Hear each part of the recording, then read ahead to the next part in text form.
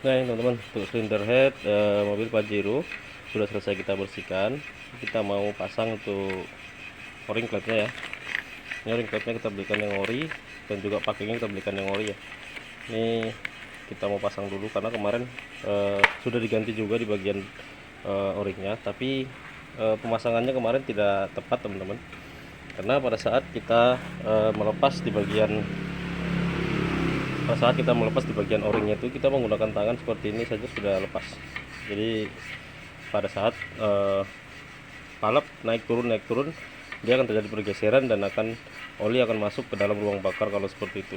Jadi setelah kita pasang untuk o-ring ini, begitu kita tekan menggunakan tangan, kita harus press kembali sedikit menggunakan kunci 10 dan kita pukul sedikit ya, tapi tidak terlalu kuat, pukul sedikit agar bisa ngepres masuk ke posisi.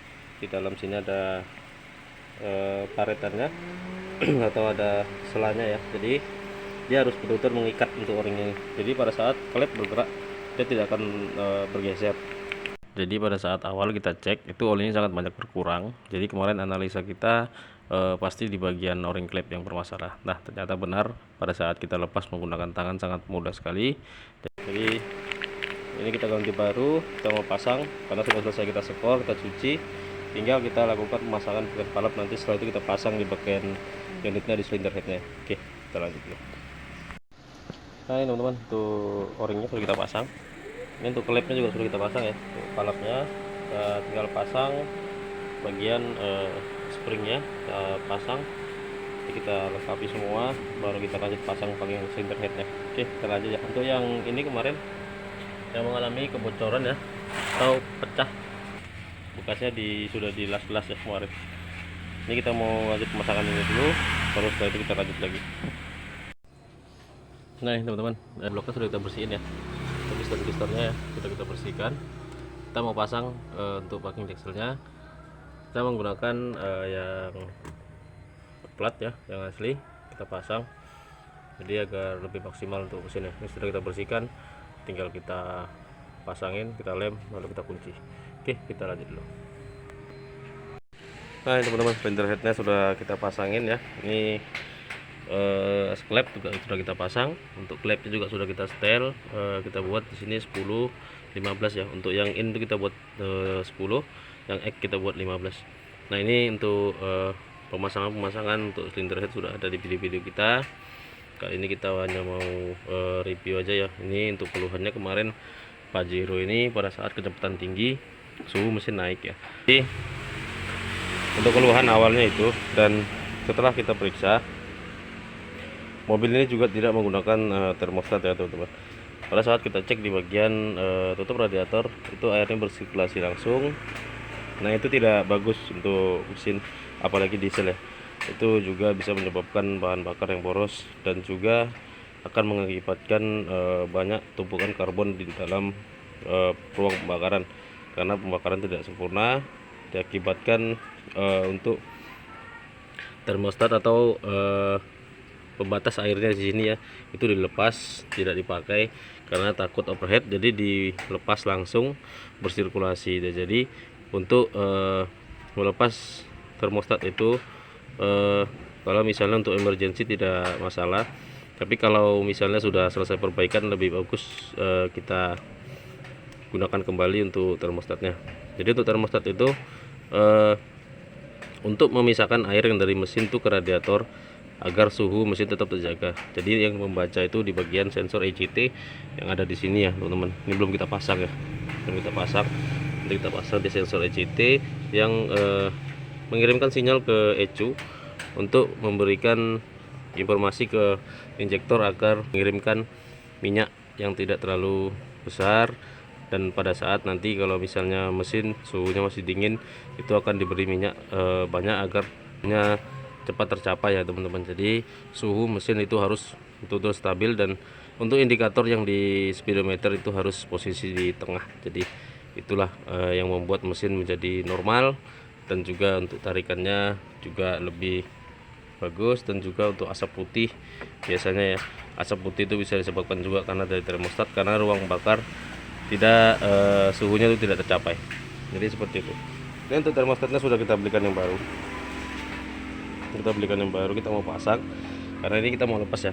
Sepertinya memang sudah tidak ada karena bisa kita lihat dari tutup sini itu air sirkulasi terus.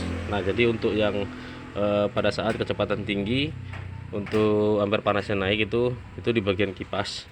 Nanti kita juga review bagian kipas. Jadi kemarin pada saat kecepatan tinggi overhead jadi membuat packing cylinder headnya itu kembali bermasalah karena packing dieselnya menggunakan yang asbes. Jadi ya seperti itu ya teman-teman, jika overhead sedikit dia pasti akan menjadi kebocoran kompresi di bagian ruang pendingin, jadi membuat gelembung-gelembung udara di sini di bagian radiator. Nah ini kita mau pasang dulu, kita mau cek di sini ya, kita mau pasang untuk termostatnya yang baru. Nanti untuk vakum rem yang di sini yang patah kemarin, yang pecah ya, dan itu dilas-las juga oleh mereka karena sudah kita coba akalin juga tidak bisa juga karena pecahnya itu sampai ke bagian dalam, jadi akhirnya kita ganti baru. Nah nih teman-teman, tuh termostatnya ya, rumah termostat sudah kita lepas. Ini tadi kita lepasin, kondisinya kosong, hanya karet ini ya yang nempel dari sini. Jadi ini kita mau pasangnya yang baru termostatnya. Kita bersihkan dulu di bagian sini, kita bersihkan, dan kita akan mengganti juga di bagian selang sini. Selang coolernya ini mengalami sepertinya sudah mulai haus sudah retak-retak ya, karena terkena bocor oli yang turun dari pom rem ini dari pompa rem ya, jadi bocor itu sampai ke bawah-bawah sana. Dan untuk timing bel yang di bawah juga kita lepas karena kita cuci semua di bagian sini, dapat banyak sekali oli-oli kemarin ya di dalam timing bel. Ini kita bersihkan semua agar untuk timing belnya bisa awet. Nih kita mau pasang dulu. Oke, kita lanjut. Nah ini teman-teman ya, termostatnya mau kita pasang. Sudah kita lakukan pengeleman, tinggal kita masukkan di sini. Sini posisinya, lalu kita pasang untuk yang di sini. Oke, kita kunci. Terus setelah itu kita pasang bagian yang lain. Ini masih banyak lagi yang harus dipasang ya teman-teman. Oke, kita lanjut. Nah ini teman-teman, tuh Mitsubishi Pajero sudah kita cicil pemasangannya. Untuk turbo juga sudah kita pasang. Ini untuk tutup klepnya juga sudah kita pasang. Nah ini untuk timing bel yang di bawah juga sudah kita pasang ya. Jadi kemarin timing belnya tuh sebelum kita lakukan penyucian itu kita lepas dulu timing belnya yang kecil nih, karena takutnya terkena minyak jadi fatal ya teman-teman. Jadi ini kita lepasin karena kemarin ada bocor oli di sini, dari atas tuh netes dari vakum rem yang di depan yang mengalami pecah. Nggak tahu pecahnya kenapa ya, dicongkel atau gimana. Jadi bocor itu sampai di bawah di bagian timing kecil. Jadi timing kecilnya kita lepas. Ini sudah kita pasang lagi, sudah kita, karena kondisinya masih bagus ya timingnya. Jadi kita pasang kembali, tinggal kita lanjut pemasangan timing bel yang besar. Nanti setelah itu kita pasang juga di bagian vakum rem ya. Jadi vakum remnya hasilnya kita ganti baru ya teman-teman, karena pecahnya itu sampai ke bagian dalam. Jadi mereka mengelas juga di bagian dalamnya, jadi tidak rata di bagian pengelasannya. Jadi takutnya terjadi hal-hal yang tidak diinginkan, itu harus kita ganti. Jadi fatal juga nanti ya, karena itu menyangkut di bagian pengereman. Ini untuk pompanya seperti ini teman-teman. Nah untuk pompanya seperti ini ya teman-teman. Jadi inilah kemarin yang mengalami bocor oli. Bocor olinya itu dari sini. Ini dilas mereka nih, dilas, tapi pada saat pengencangan baut yang di sini, baut 12 yang di sini itu jadi akhirnya dia terangkat lagi lalu pecah lagi ya di bagian sini. Jadi makanya dilem di bagian luarnya. Ini sebelumnya dilas dulu. Setelah dilas, mungkin pemasangan pada saat dipasang itu terjadi pecah lagi, jadi dilem. Kondisinya seperti ini sampai ke dalam nih teman-teman. Untuk pecahnya sudah kita periksa ya, sampai ke dalam. Jadi tidak bisa dipakai lagi. Kalaupun dipakai dia nanti efeknya takutnya ya sistem pengeremannya terganggu. Jadi untuk yang di bagian sini itu, di bagian sini itu pecahnya sampai ke dalam, kita periksa di bagian sini. Jadi di dalam sini sudah dilas juga, dalamnya sudah dilas. Jadi ini kemarin sudah kita lepas, kita coba mau perbaikin, tapi kita ragu teman-teman untuk perbaikannya, kita ragu, jadi takut untuk mengalami takut mengganggu pengereman. Paksa kita ganti baru ya teman-teman. Ini kita tidak bisa kita pakai lagi karena sudah pecah seperti ini. Jadi untuk melepas ini juga hati-hati, jangan sampai seperti ini ya. Ini sayang sekali sampai seperti ini. Mungkin kan dicongkel ya, kalau pecah karena kesalahan dari mesin juga tidak akan seperti ini. Ini terpaksa kita belikan baru.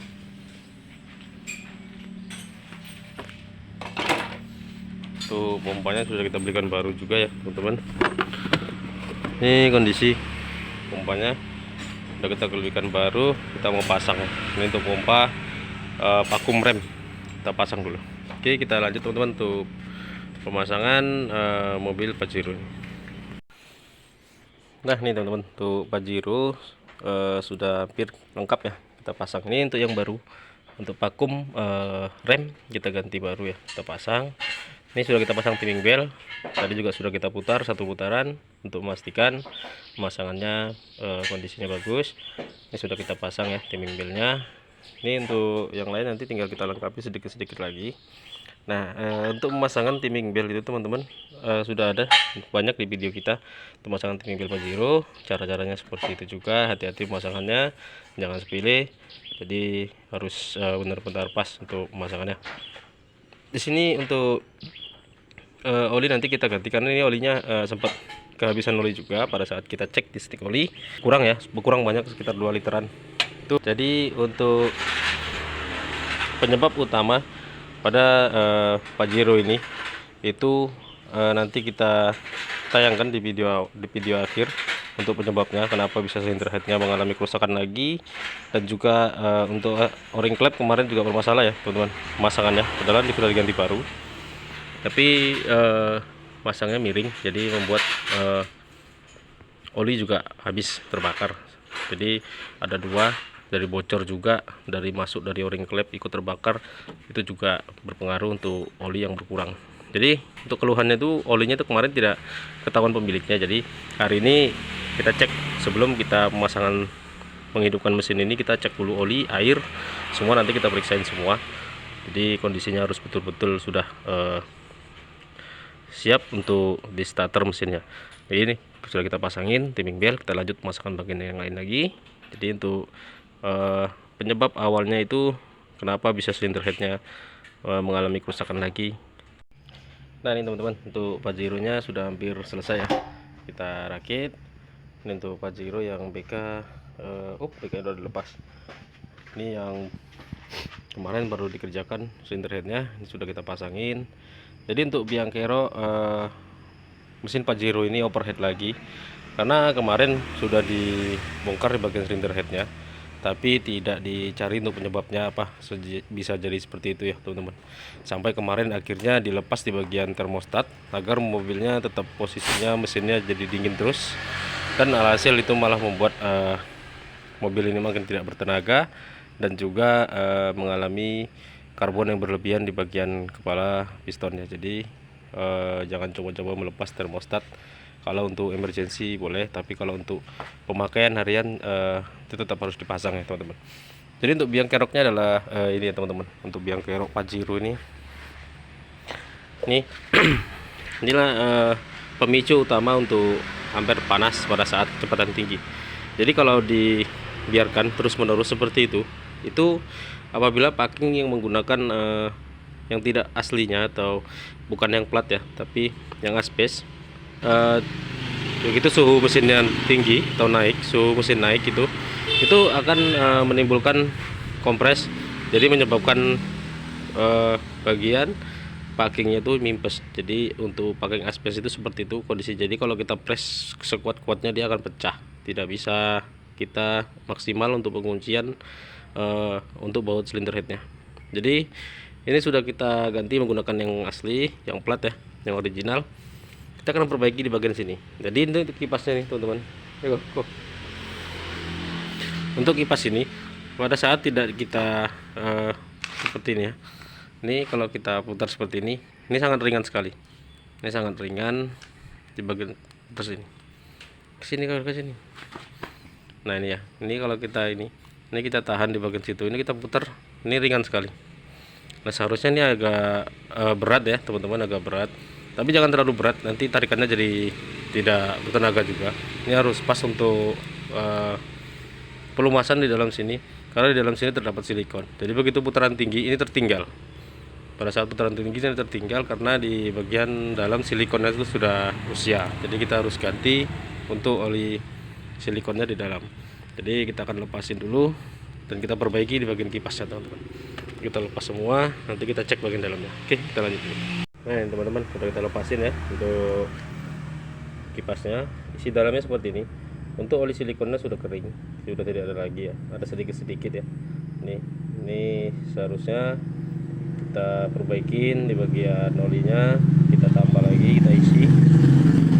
Ini kering total ya teman-teman, sudah tidak ada lagi isinya. Nah ini kering sekali. Ini kita coba perbaiki dulu. Jadi pemicu daripada overhead pada saat kecepatan tinggi dari sini juga bisa. Ini juga bisa menyebabkan AC tidak dingin, juga bisa dari sini.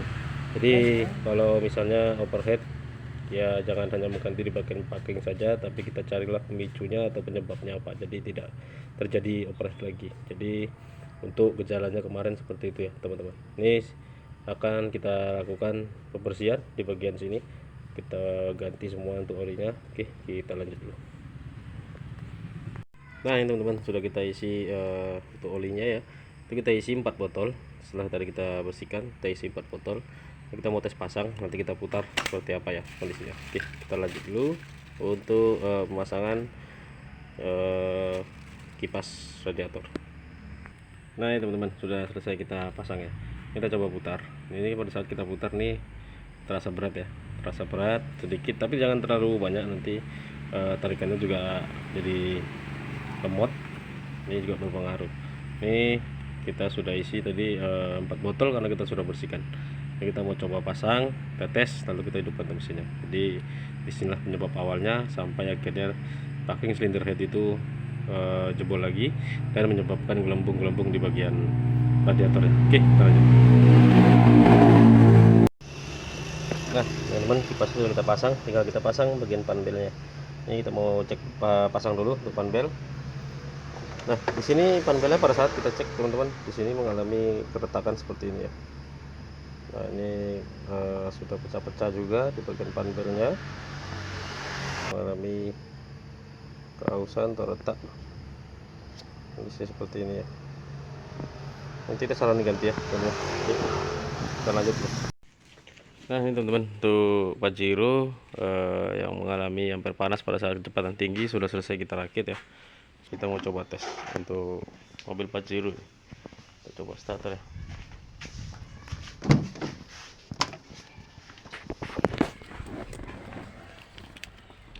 Nah ini kita mau coba starter, nanti kalau sudah selesai kita lakukan leveling ya.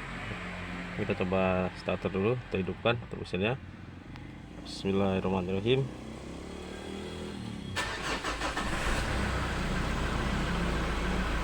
Nih tuh mesinnya sudah hidup. Kita mau cek dulu untuk bagian tutup klepnya ya teman-teman. Itu olinya harus naik, kita mau coba tes cek dulu.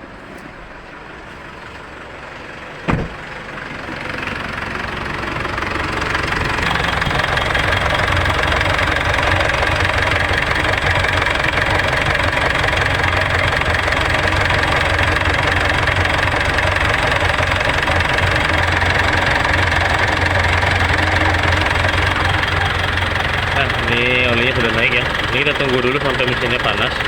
Ini kita cek lagi teman-teman. Tuh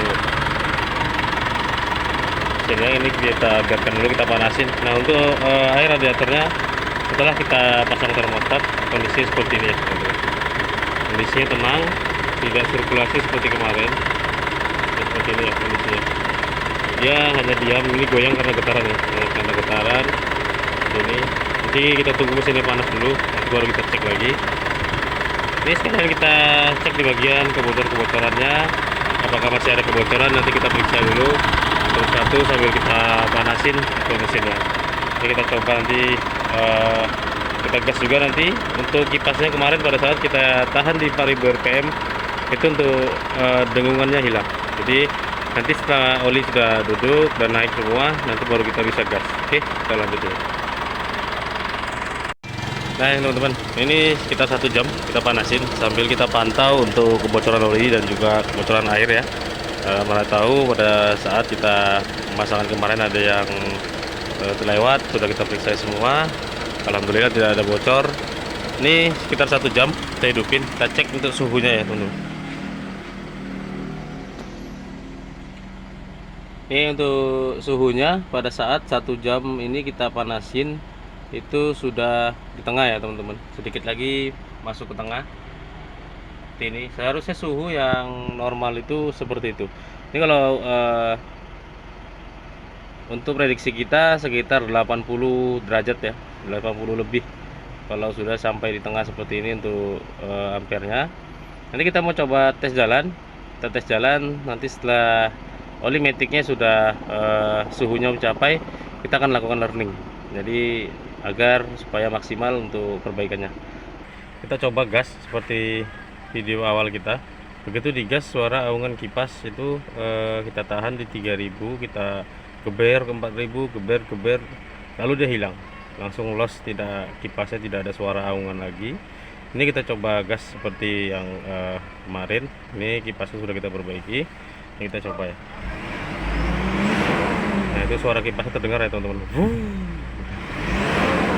Nah itu terdengar suara seperti itu ya. Nah ini kita gas terus.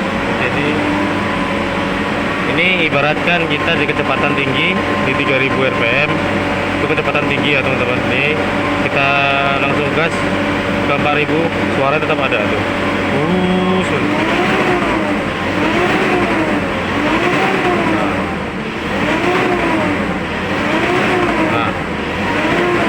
Suara tetap ada ya teman-teman, tetap ada suara kipas.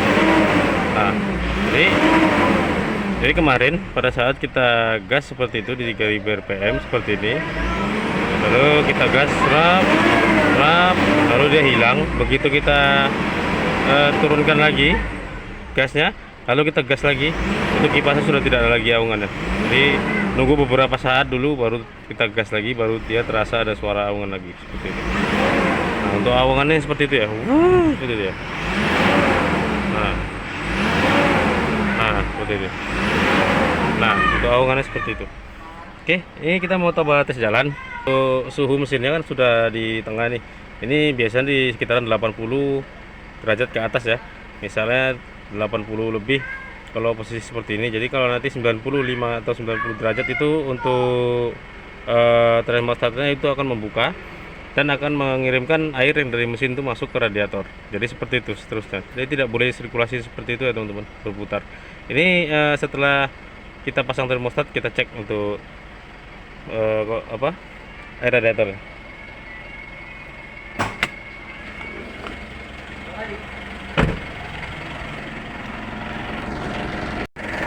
Nah, ini kita coba cek ke air radiatornya ya teman-teman. Kita coba buka.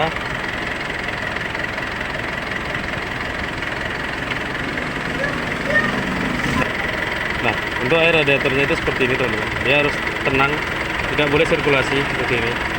Nah, dimana pada saat kita tes seperti ini, itu timbul buih-buih teman-teman di sini. Buih itu diakibatkan karena gelembung-gelembung kecil yang kebocoran kompresi dari mesin itu langsung naik sampai di sini tuh terlihat. Dia gelembung kecil, jadi terdapat buih di bagian pinggirnya. Jadi seperti itu. Ini sudah tidak ada buih lagi. Untuk air juga sudah tenang, tidak bersirkulasi seperti kemarin. Nah, jadi kalau misalnya dipasang termostat, posisi mesin kita panasin kalau sekitar 80 derajat itu bagian selang atas ini akan panas, tapi yang bagian bawah satu lagi itu sama sekali tidak panas ya di bagian bawah selang. Jadi begitu nanti 95 derajat termostat akan membuka, lalu akan mengirimkan air yang dari mesin itu masuk ke radiator, lalu didinginkan lagi dengan kipas, lalu dimasukkan lagi ke mesin. Jadi begitu nanti air yang dari radiator itu masuk ke mesin dan itu akan menyentuh di bagian termostat akan kembali menutup agar suhu mesin tetap terjaga begitu mesin nanti sudah mulai derajatnya 80 derajat lebih, itu akan membuka lagi teman-teman. Jadi seperti itu terus sirkulasinya. Jadi untuk mobil yang bagus tuh kondisinya seperti itu teman-teman. Ini kondisinya sudah tenang, tidak sirkulasi, buinya juga sudah tidak ada ya. Oke, kita mau tes jalan dulu teman-teman. Kita mau cek sekalian kita scanner. Kita lanjut dulu. Nah, ini engine coolant temperaturnya itu posisinya di 86 derajat. 86 derajat.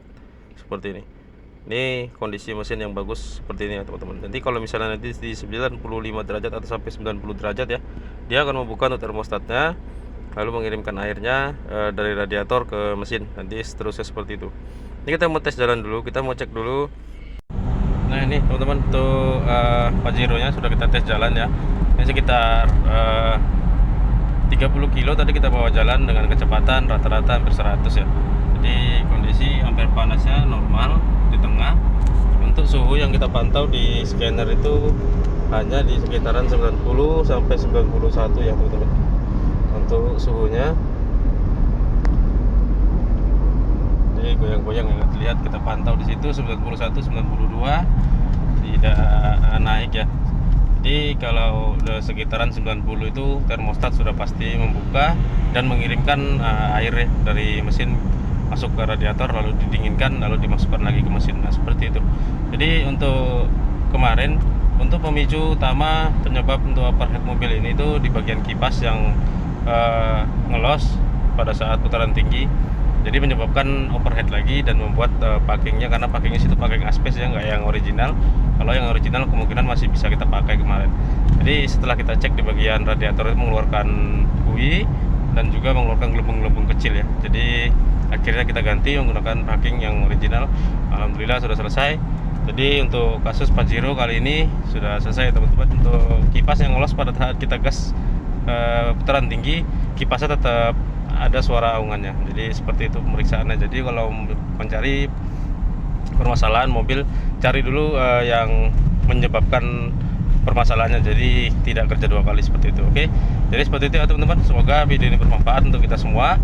Jangan lupa subscribe, like, komen, dan share. Jangan lupa juga tekan tombol loncengnya agar tidak ketinggalan video-video kita selanjutnya. Oke, sekian dulu. Assalamualaikum warahmatullahi wabarakatuh. Salam otomotif.